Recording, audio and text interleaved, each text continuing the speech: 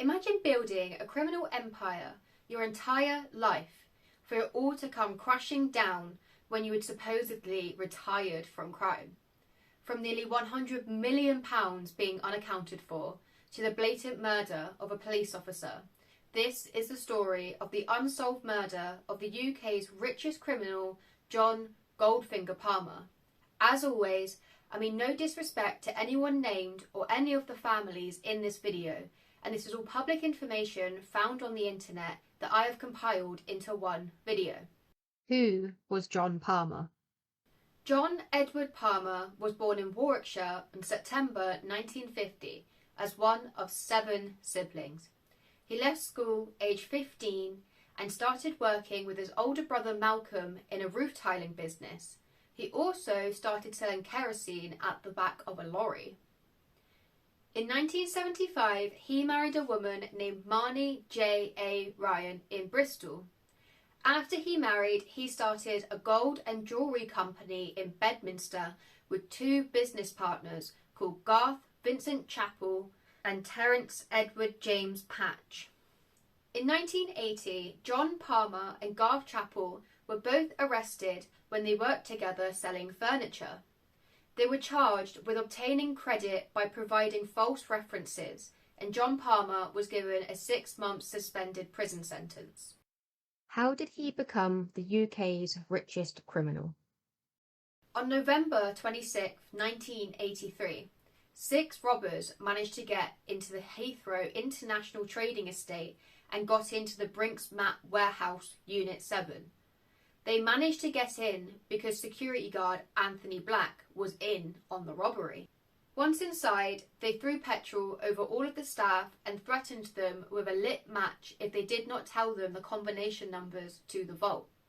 Initially, the robbers thought they were going to steal £3.2 million, but they found 3,000 kilograms of gold bullion, which was worth £25 million, which in today's money is closer to £100 million in gold, jewellery and diamonds stolen. The police investigation. Only a few days after the robbery, a couple saw an operating crucible in the neighbouring property in a garden hut in Bath, Somerset. They called the police and showed them the house. However, the police said it was out of their jurisdiction and that they would tell the local police. But the couple was never asked to give a statement, and there was no explanation given as to why the police didn't follow up on the tip immediately. 14 months after the initial tip-off, the property was raided and the furnace was found. One of the suspects refused to reveal what they had been melting down that very morning.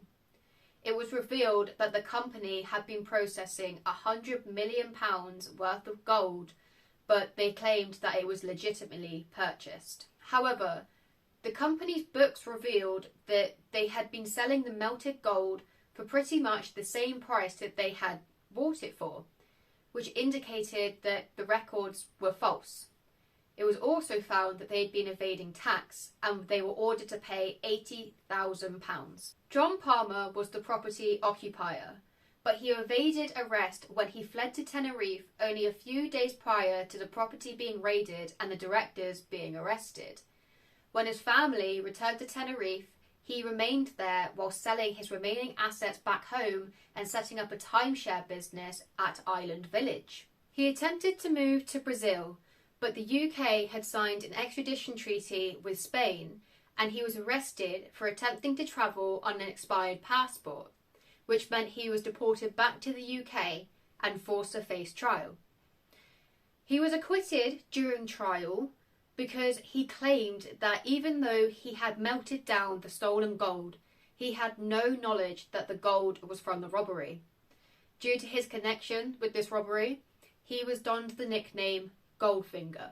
Anthony Black, the security guard, confessed to aiding and abetting the robbers by giving them security measures and the key to the main entrance.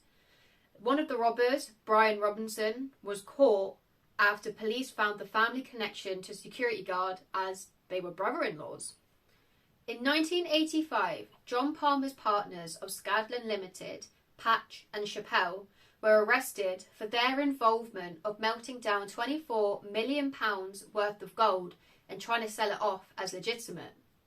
2 days after this, two armed robbers, Brian Robinson and Mickey McAvoy, were jailed for their part in the robbery.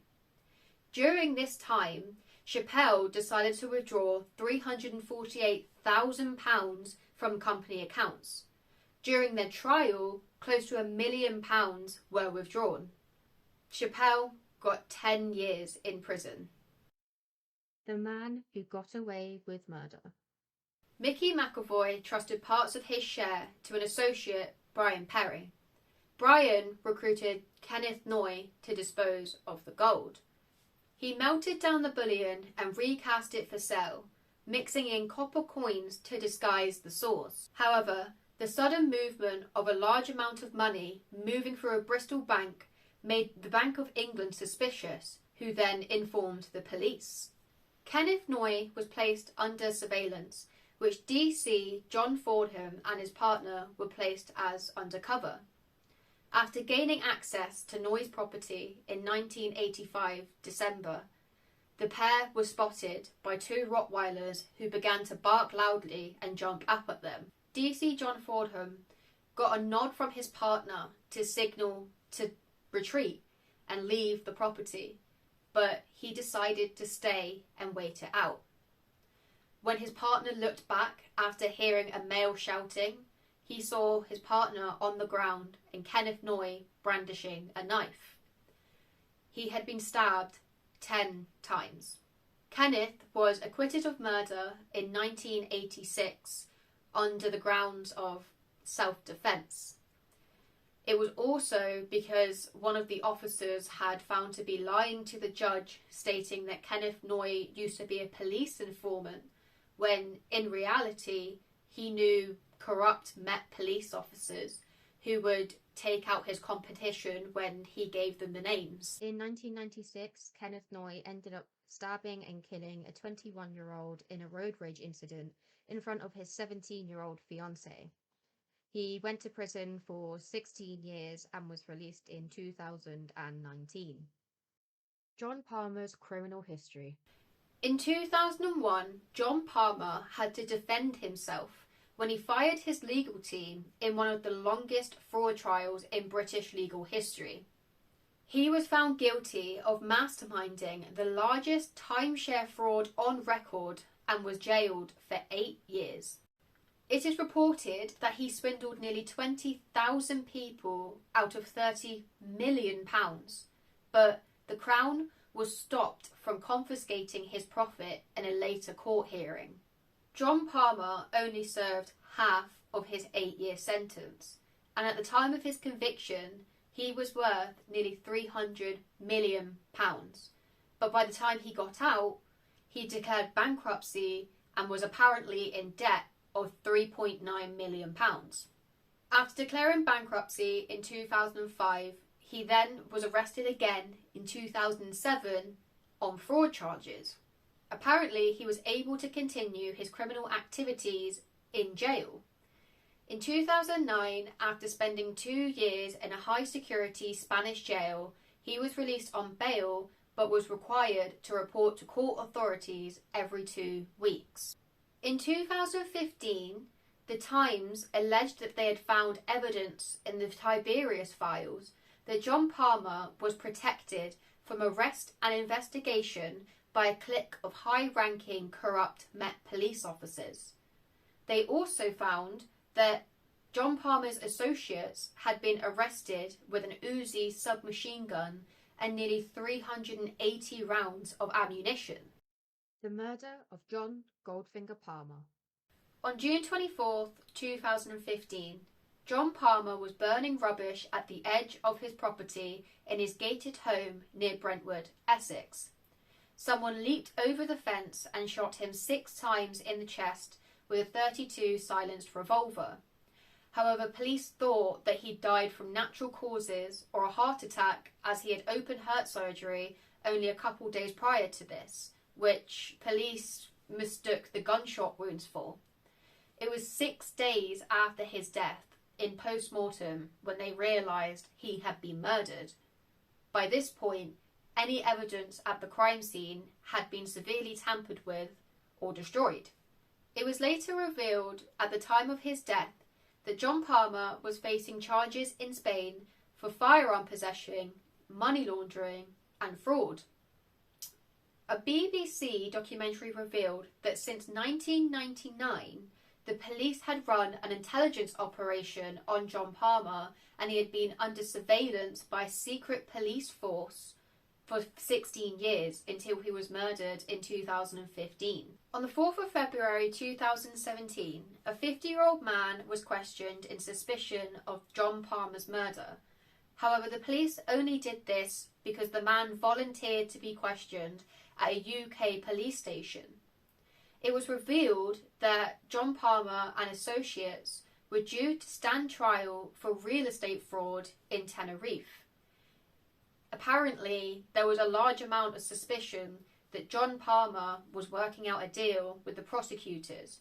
Richard Cashman, his sidekick, or one of his very well-known associates, he was due to stand trial as well, but it didn't seem like John was going to cut him in on this deal. Are there any suspects? Police are convinced that the murder of John Goldfinger Palmer was carried out by a hitman under the Irish mob called the Kinahan Cartel. The murder was executed in a professional manner, and it was in the only part of the property that had no CCTV covered. And it was also found that a contract killer had been watching John through a peephole in his fence in the days before his murder. The main suspects were international assassin Emir Arakis, Irish hitman James Quinn, and another unnamed Kinahan cartel shooter from Ireland. Emir Arakis, who is initially from Estonia, is an international hitman who is suspected of several murders and attempted murders. It is understood that he was in the UK in the weeks prior to the murder, and that he had been employed by the Kinahan gang. James Quinn and the other suspected Kinahan shooter had been placed as suspects, as it is known they were moving in and out of the country and travelling on false passports at the time. The Kinahan cartel had been linked to the murder of John Palmer on an anonymous Twitter site called The Whistleblower. It is said that they did it as a favour to one of their associates, and it was one of these three men that did the killing. Richard Cashman is a long-time associate of Christy Kinahan Sr. In 2017, the wedding of mob boss Daniel Kinahan was put under secret surveillance, and Cashman and his wife were seen attending. After being questioned about his former boss's murder, he moved from Spain to Dubai pretty quickly afterwards. Another theory is that it was actually a Russian mafia hit, as business connection to Boris Berezovsky, a Russian oligarch, had been uncovered. The oligarch gained political asylum in 2003, but the country of Russia convicted him for fraud and embezzlement whilst he was absent and did not have a defence. He was found hanged in the bathroom of his Berkshire home in 2013. It is known that John Palmer had significant ties to Russia due to opening up his fraudulent timeshare business in the 90s. John Palmer's family released an appeal for anyone to come forward and put a reward of £100,000 if it led to anybody's arrest. And that is how the criminal empire of John Goldfinger Palmer came to an end. And it is most likely going to remain an unsolved case. With the lack of physical evidence and the criminal underworld surrounding this case, I really doubt anybody will come forward even with £100,000 up for grabs. Thank you for watching this video. I hope you found it interesting. Who do you think killed John Goldfinger Palmer? And do you think the case will ever be solved? Let me know in the comments down below, along with any other cases that you would like me to look into. Also, don't forget to subscribe so you get notified about my next weekly case. And if you want to read about this case or any others that I have looked into in the past, follow the link in my description to my blog.